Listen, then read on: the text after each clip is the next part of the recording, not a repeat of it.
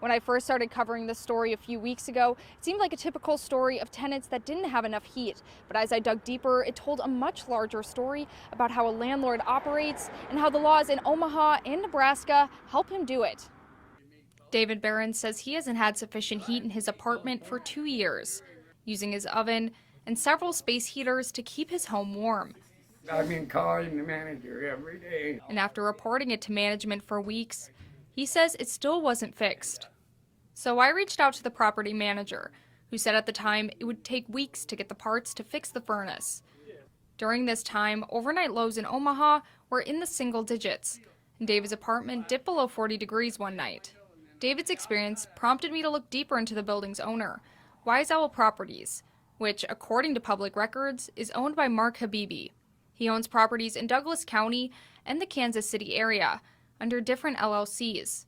I called multiple times this month to try to speak with him. I reached Mark Goede. Sorry I missed your call. Leave a message and I'll call you back. But after I didn't receive a response, I kept pushing for answers. We have called multiple times to get a hold of just the main office number as well as the owner, and we have not gotten a response. So we are in Kansas City going to their last known location. This is the Wise Owl Property Office. It's listed on their website. It has the logo all over it, but we went inside and it turns out it's a law office now. Wise Owl moved out months ago. While in Kansas City, I decided to go and visit different Wise Owl properties to see what people here had to say. Plus trash, and the trash never gets taken out. You can see it's full right now. Yeah, I kind of feel like we're living in poverty, but we're paying for luxury. It's just bad. I ain't had no water in 3 weeks. It's been cold. Sometimes it's spit out slow. So like I said, I've been taking a shower at Planet Fitness. All of these tenant complaints come as no surprise to a former employee whose identity we're protecting. He's never really explained why he operates the way that he does, mainly just that it's about leveraging income. And that's about all that we know. The employee says they worked for Habibi in Omaha for 2 years before quitting. There's about 13 buildings. 13 buildings? And then you were the only property manager? And you're the only property manager for all 13 buildings. Did you find it hard to, not only manage that many, but as well as trying to fix the things in it if you weren't getting those resources? It was an extremely challenging job, especially not having the resources that were needed to repair the issues that were already there. Not to mention, stop the issues that they're causing just based on the owner's decisions on what to do. So how could something like this happen in our communities?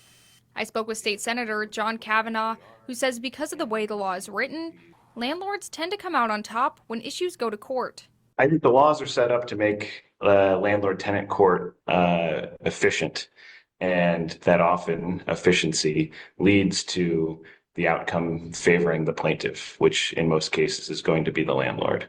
And Legal Aid of Nebraska says there are economic issues too. The combination of just sort of the market pressures of affordable housing, plus the law not being super great for tenants as a matter of getting things fixed, really puts tenants in this position of having to tolerate things that are really kind of shocking for us to hear about. Back in Omaha, I tried to reach Habibi one more time to give him the opportunity to tell us his story.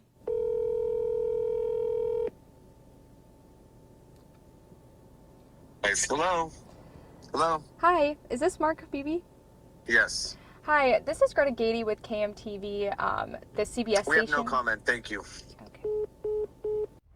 After watching Greta's series of reports, I wanted to come here myself. And so, Greta, thank you for your reporting and for meeting us here.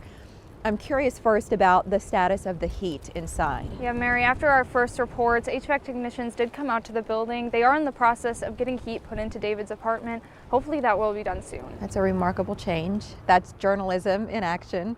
My next question then for you, after all of these hours you've spent working on the story, what do you think is next for it? Yeah, I've been talking with lawmakers about what can be done in Omaha and Nebraska to protect tenants in situations like David's, and there are some bills in legislature right now. Those are kind of what that's the next steps we're looking at right now. Okay, so session just starting. That could take some time to figure out. I know you'll stay on it.